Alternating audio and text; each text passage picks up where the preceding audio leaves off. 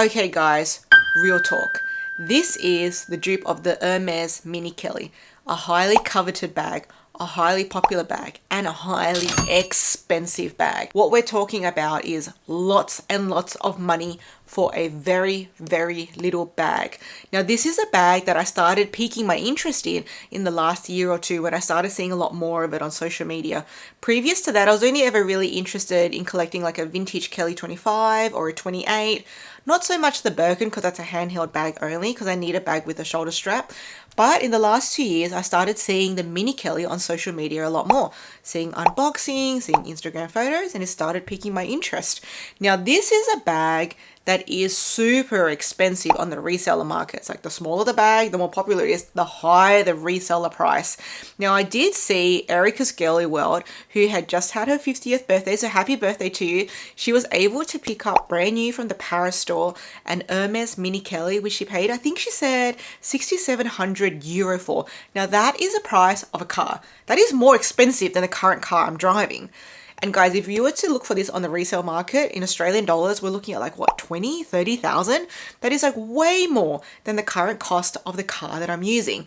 Now, this is something that we really have to put into perspective, the cost of the things versus the amount of income or disposable income we have versus the joy or the improvement something brings to our life as to, is this really worth it for us?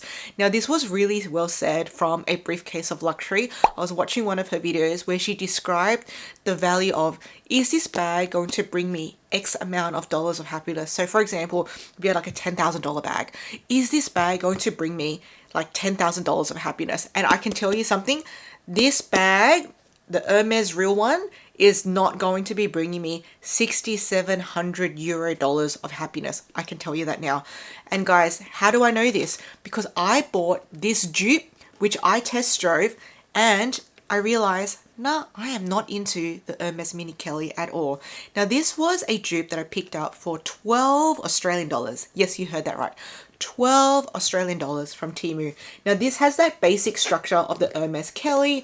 We've got the shape, we've got the turn lock, we've got the sangles, we've got the top handle, we've got the shoulder strap, and dun dun dun, we've got the feet.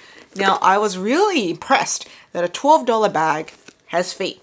So I thought that was good. Now, this is what it looks like from the interior. Just one compartment, and you got this slip compartment here. So what I've learned from the experience of owning the Hermes Mini Kelly dupe is that I will probably never, ever, ever work hard and save up my coin to layer that amount of cash on a bag like this. And why is that, do you say? I was really annoyed by the functionality of the dupe. It just was not serving me. I felt like I had to work for the bag. Like when I say work for the bag, I mean I'm working to make it work for me. Guys, we're already working to get the money to pay for the bag. Once we get the bag, I'm a strong believer that the bag should be serving us. Should be serving us in whatever subjective way you value, I value. That's how the bag should be working for us. There's no one way that's the right way. It just has to do something for you, whether it's making you look good, making you feel good, being functional for you, bringing you joy when you look at it. It's got to be doing something that's of value to you, that's of value to me. And for me, what I don't value is when the bag makes me feel annoyed. That is just not on for me. And guys, we are luxury handbag lovers.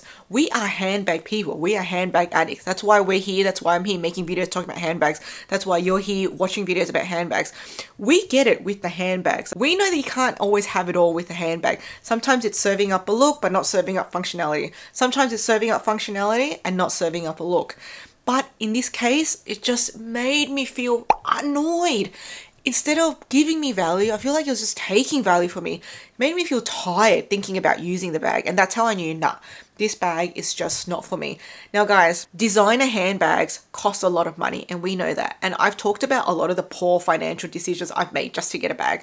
Like for example, I used my last $2,000. Yes, my last $2,000 in my bank account at one stage to buy a Chanel bag, which was a birthday present from me to me. Now, I do not encourage anyone to make such a poor financial decision like I did, but that bag worked for me. That bag did it for me aesthetically, and the function, it did it for me too. Like, it was giving me looks, I was serving looks, and the functionality suited me. Guys, this one, it is serving looks, but the functionality is annoying me.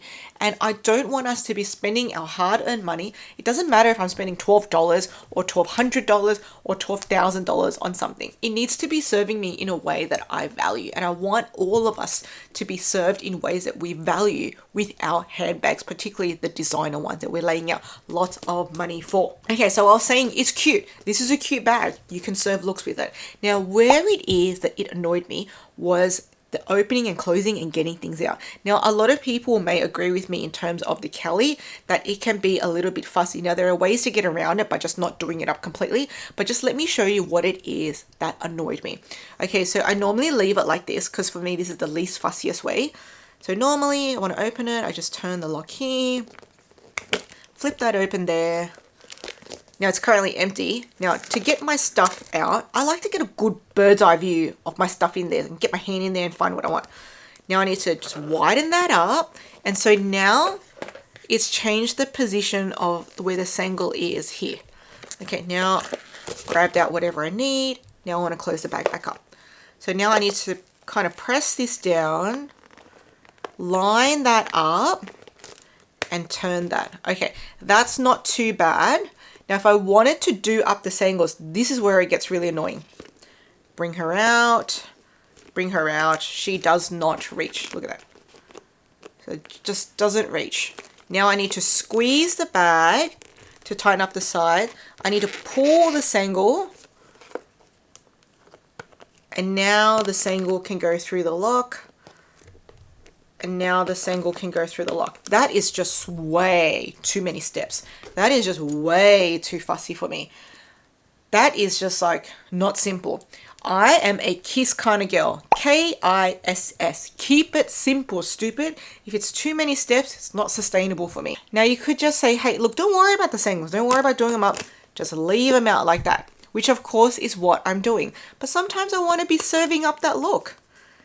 It's actually the look that made me fall in love with the Kelly. And it's like, well, I can't really have the look because I can't be bothered doing it. And it's annoying me to do it. And it's kind of like, oh, you know, it's too much effort. And guys, I'm really happy that I got the dupe and test drove it so that I could discover the cons. The pros is that it's serving a great look, and like, but the cons, it's just, for me, it's too fussy and I feel annoyed. And it's the feeling annoyed part is what's turning me off. Like, something can be fussy, but maybe not really bother me that much, and that's fine. But it's when it triggers this particular part of my brain that feels super annoyed, that's when I know, no, you're getting crossed off the list. Crossed off the list. And that is the value of test driving a dupe of a bag. And when I say dupe, guys, I'm not talking about a replica. I'm not talking about a bag that's got Hermes stamping that's not actually Hermes. I'm just talking about a bag that's got no branding, or it's got its own branding that looks similar to or had the same basic function and shape as another bag. So this is not a replica. This is not a fake. So for any people out there who own either the real Hermes Kelly or who own a dupe of the Hermes Kelly, can be any model, whether it's the mini Kelly or the Kelly 25 or the Kelly 28. Let me know your thoughts in the comment section on how you feel about the sangles and the fussiness of getting in and out, and how much that annoys you, and how you feel about the bag serving you. So I really love the way A Briefcase of Luxury articulated it. Is it going to bring you that much happiness? Because I can tell you now, the dupe is not, and so I have no desire to get the Hermes Kelly, and I probably never will at this point. Now guys, this is not the only dupe I own in my collection.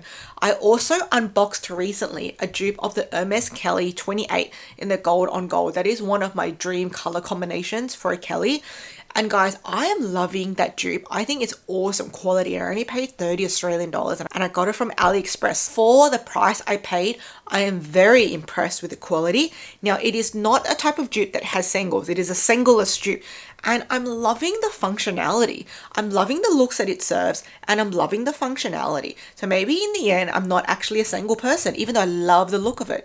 Maybe in the end, it might turn me off buying all Kellys altogether. Now guys, if you want to see that unboxing, I'm going to leave that up above and in the description box down below for you. And I want to know what your thoughts are on having the bag work for you rather than you working to make the bag work even after you've already worked to spend on the bag.